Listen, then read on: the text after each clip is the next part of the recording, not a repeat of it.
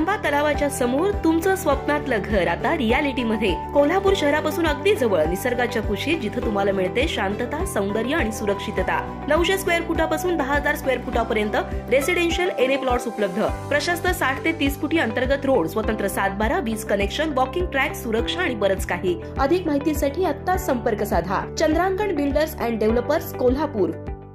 मयत सावित्री निकम मुलगा विजयसह साळोखे पार्क परिसरातील भारतनगरमध्ये राहत होत्या।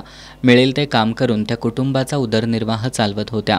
विजय मात्र दिवस रात्र दारूच्या नशेत असायचा। मोलमजुरी करून घर चालवणाऱ्या आईकडूनच पैसे घेऊन तो दारू प्यायचा। आज सकाळी सुद्धा तो दारू पिण्यासाठी आईकडे पैसे मागत होता। सावित्री यांनी त्याला पैसे दिले नाहीत, त्यामुळे विजयनं घरातच असलेल्या वरवंट्यानं सावित्री यांच्या डोक्यावर घाव घातला।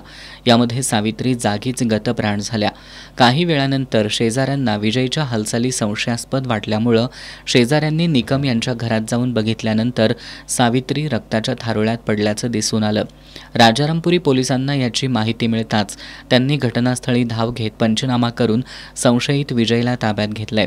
धडधाकट विजय घराची जबाबदारी घेण्याऐवजी दिवस रात्र दारूच्या नशेत असायचा। आईला ज्या वयात आधाराची गरज होती त्या वयात आईच विजयला काबाड कष्ट करून पोसत होत्या।